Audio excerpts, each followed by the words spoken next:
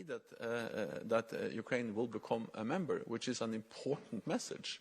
And then we agree that it's for the NATO allies and Ukraine to decide when the time is right, and not for Russia to have a veto. And then the most nations' military support in an unprecedented way.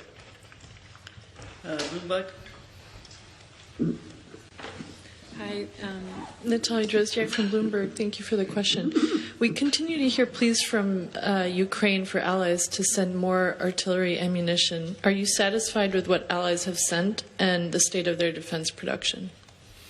So NATO allies are sending and have sent unprecedented levels of ammunition, many different types of ammunition, and they are continuing to make new announcements, new donations, and all of this is coordinated in a very good way, and that's also the reason why the Ukrainians have been able to retake land in the north, in the east and the south, and now some weeks ago they were able to launch the offensive, and the offensive is moving forward. They are able to liberate land. Then, of course, there is a very high rate of consumption of ammunition in the military operations which are going on now. Thousands of shells every day. So there is an enormous need to resupply. And that's exactly what allies are doing. They are resupplying constantly Ukraine with more ammunition, spare parts, maintenance for the different artillery systems, armored vehicles, battle tanks, air defenses, and so on. And that need will continue to be there, and therefore we need continued support and continued decision-making, strength in the NATO allied countries to make further decisions on even more support. So that's I think that was your question about, no, sorry, production.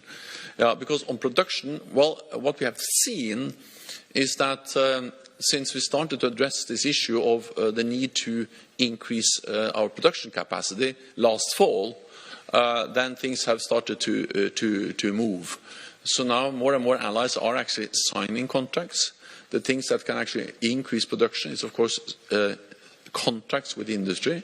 We engaged with industry at our latest defense ministerial meeting.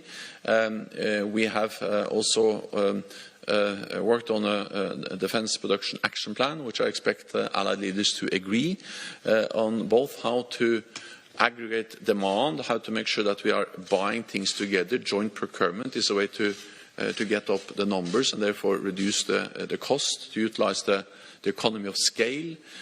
We have done joint procurement in NATO for many, many years. We have the NATO Support and Procurement Agency, which is now actually facilitating several big projects also for battle-decisive ammunition.